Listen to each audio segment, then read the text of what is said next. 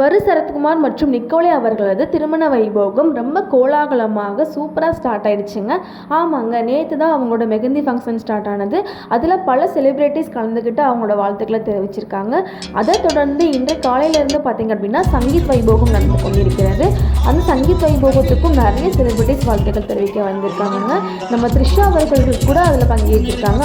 த்ரிஷா மட்டும் இல்லைங்க, நிறைய செலிப்ரிட்டிஸ், தமிழ் செலிப்ரிட்டிஸ் ஆகட்டும், டாலிவுட் செலிப்ரிட்டிஸ் ஆகட்டும், எல்லாருமே அதில் பங்கேற்றிருக்காங்க. அடுத்தடுத்து அவங்களோட திருமண வைபோகம்ல அடுத்தடுத்த நிகழ்ச்சி நடக்க இருக்கிறதுங்க. அது நம்ம இன்னும் நிறைய செலிப்ரிட்டிஸ் நம்ம எதிர்பார்க்கலாம்.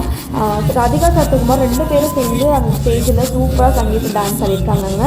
அவங்க அந்த காலத்தில் எப்படி ஆடினாங்களோ அதே எனர்ஜி குறையாமல் சூப்பராக டான்ஸ் அடித்தாங்க. அதை பார்க்க எல்லாருக்குமே ஒரு வியப்பாக தாங்க இருந்திருக்கு. அவங்க எப்போவுமே ஒரு கப்பிள் கோல் செட் பண்ணுறாங்கங்க.